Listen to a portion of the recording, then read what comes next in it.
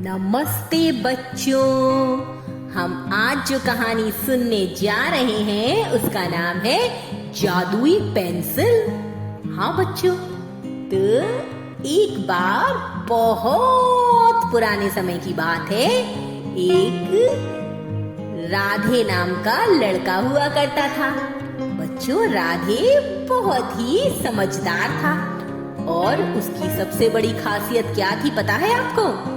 वो ड्राइंग बहुत ही सुंदर बनाता था। हाँ, ऐसा लगता था कि वो अपना पूरा जान निकाल के रख देता है अपनी ड्राइंग में। वो ड्राइंग में बस जीवन आने की कमी रह गई है, यानी कि लाइफ आने की कमी रह गई है। और बच्चों, पर वो गरीब था, इसलिए ना तो उसके पास कोई कलर्स थे, ना पेपर था, ना कोई बोर्ड था, ना स्केच पेन्स थे। वो ड्राइंग किससे बनाता था पता है आपको? एक लकड़ी की डंडी से।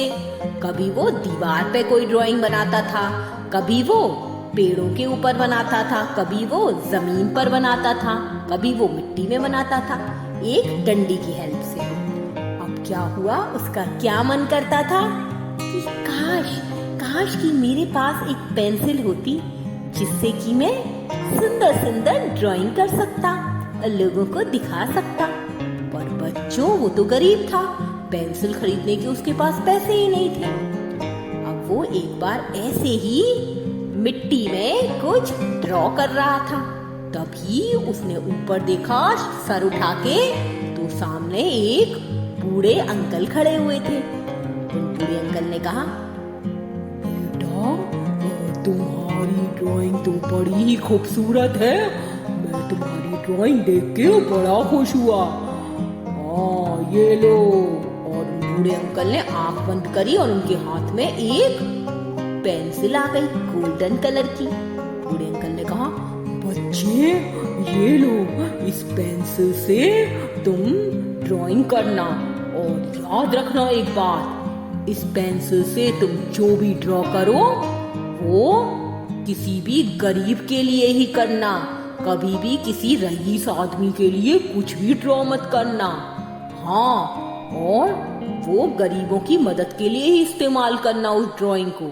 और एक बात और याद रखना कि जब भी तुम्हें मेरी किसी हेल्प की जरूरत हो तो भी इस पेंसिल की हेल्प से ही तुम मुझे अपने पास पाओगे। याद रखना बच्चे। जी अंकल जी, आपने तो मेरी मन की बात ले ली। आपने तो मेरा सपना पूरा कर दिया।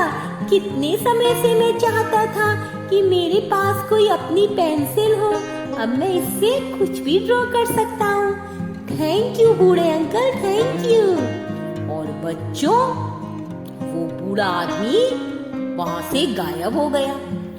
अब गोपाल ने उस पेंसिल से एक बहुत ही सुंदर आम का चित्र बनाया। हाँ बच्चों, और जब आम का चित्र पूरा हो गया तो क्या हुआ पता है आपको? वो जो चित्र था वो सचमुच के आम में बदल गया। हाँ बच्चों, और वहां पर पास में ही एक छोटा बच्चा खड़ा था जिसने कभी आम खाया ही नहीं था। गोपाल ने वो आम लेकर उस छोटे बच्चे को दे दिया। वो बच्चा तो बड़ा खुश था। थैंक यू भैया, थैंक यू जी। क्या चीज है, मैंने तुझे तभी नहीं खाई जी। तू बहुत ही मीठी है, बहुत ही अच्छी है। आपने मेरे को जो दी ना। गोपाल ने कहा, अरे ये तो मैंगो है, मैंगो आम बोलते हैं इसको।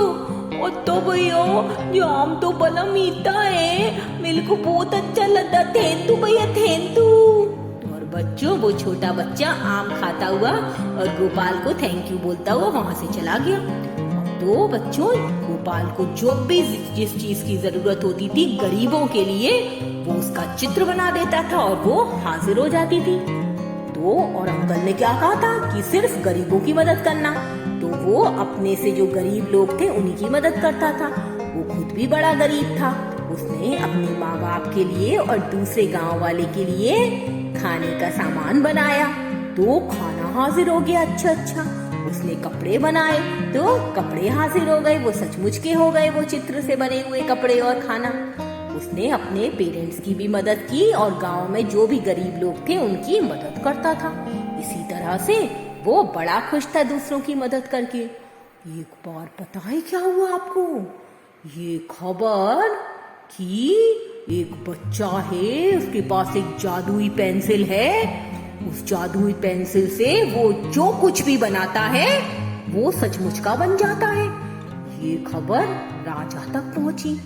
राजा चुपचाप चुपचाप पता करने के लिए आया, अपने मंत्री को साथ लेके भेष बदल कर कि मैं भी तो देखूं ये कैसे होता है। राजा पेड़ के पीछे छिप गया। उसने देखा कि जादुई पेंसिल लेके ये जा रहा था गोपाल। आगे बढ़ा गोपाल। उसने देखा कि एक गरीब आदमी था, वो अपनी पीठ पर सामान ढोकर जा रहा था। उसकी पीठ झुकी जा रही थी, बूढ़ा सा हो गया था। गोपाल ने लिया और एक गाड़ी बना दी, व्हील बैरो टाइप की, और वो गाड़ी सचमुच की बन गई। और गोपाल ने उस गाड़ी को उस गरीब मजदूर को दे दिया। गरीब मजदूर ने उसमें सामान लादा और आगे चला गया, उसको थैंक यू बोलता हुआ। थैंक यू, ये तो तुमने बड़ी मदद की मेरी। थक गया था सामान ढोते ढोते, बीमार भी हो गया हूँ। घर में बच्चे बैठे हैं भूखे, उनके लिए खाना लेकर भी जाना है। गोपाल ने कहा, कोई बात नहीं काका, इस गाड़ी में ही अब सामान लाद के ले जाना, अपनी पीठ मत तोड़ना, ठीक है ना?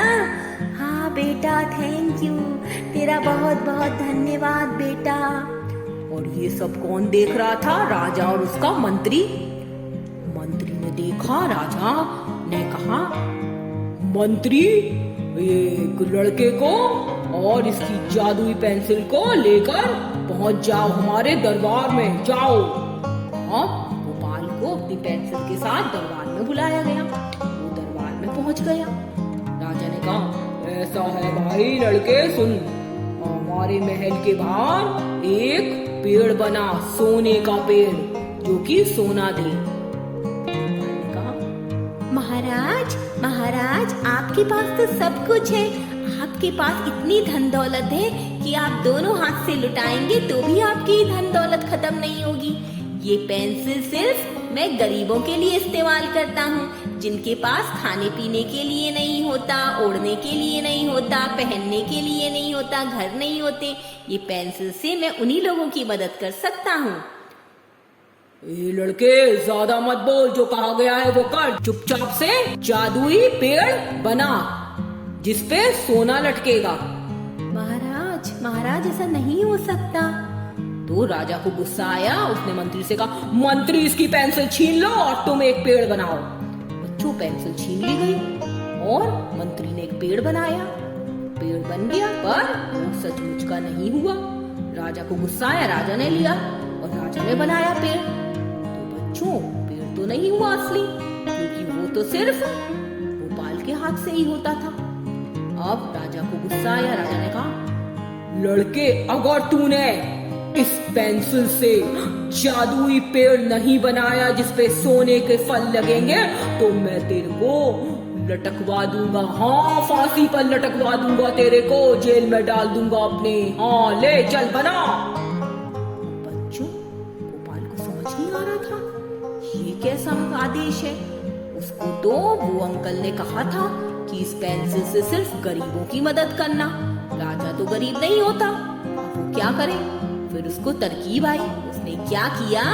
उसने उसी पेंसिल से जल्दी से वो बूढ़े अंकल का चित्र बना दिया और वो बूढ़े अंकल उसके सामने आ गए। और बूढ़े अंकल ने राजा से कहा, महाराज, आप तो पहले से ही इतने रिच हैं, आपको किसी भी चीज की जरूरत नहीं है। ये पेंसिल गोपाल को इसलिए दी गई है जिससे कि वो गरीबों की मदद कर सके। ये सिर्फ वही कर सकता है क्योंकि उसमें दूसरों की मदद करने का जज्बा है। वो ईमानदार है, वो सच्चा है, वो कभी झूठ नहीं बोलता। उसके लिए, उसके मन में गरीबों के लिए प्रेम है, इसलिए ये सिर्फ वही कर सकता है और कोई नहीं कर सकता। आपने देखा ना कि जब पेंसिल आपके हाथ, मंत्री के हाथ में आई तो आपने पेड़ बनाया पर वो सचमुच का नहीं बदला। ये सिर्फ गोपाल ही कर सकता है और वो भी गरीबों के लिए। तो बच्चों महाराज को समझ आया। उन्होंने कहा, ये महाराज आप सही कहते हैं साधु जी, मैंने आपकी बात नहीं मानी, गोपाल की भी नहीं मानी, ओहो मुझे माफ कर दीजिए। और फिर उन्होंने गोपाल को आशीर्वाद दिया, उसको इनाम भी दिया, उसको कहा, शाबाश गोपाल, तुम ऐसा ही काम करते रहो और ऐसे ही दूसरों की मदद करते रहो। अब बच्चों वो बूढ़े अंकल तो गायब हो गए वहां से और राजा ने गोपाल की बड़ी चर्चा की, सबको बताया और जल्दी ही गोपाल की शादी अपनी बेटी से भी कर दी। हाँ, गोपाल को उन्होंने अपना राजकुमार बना लिया और गोपाल हमेशा की तरह सिर्फ गरीबों की ही मदद करता था उस पेंसिल से चित्र बनाकर। तो बच्चों आपने क्या सीखा इस कहानी से कि ईमानदारी बहुत ही जरूरी है। जो भी काम करो मन लगा के करो, सच्चे दिल से करो और दूसरों के हित के लिए करो, दूसरों के फायदे के लिए करो। अपना फायदा ना देखो, ये देखो कि आपकी सेवा से दूसरे को कितना लाभ हो रहा है ना बच्चों। जैसे कि ये लड़का था जादुई पेंसिल से गरीबों की मदद करता था सामान देकर उनको। ओके बच्चों, आप भी अच्छे बच्चे बनो गोपाल के जैसे, दूसरों के ड्रीम्स पूरे करो, दूसरों की विशेस पूरी करो, खुश रहो और खुशियाँ फैलाओ। Okay, good night, sweet dreams.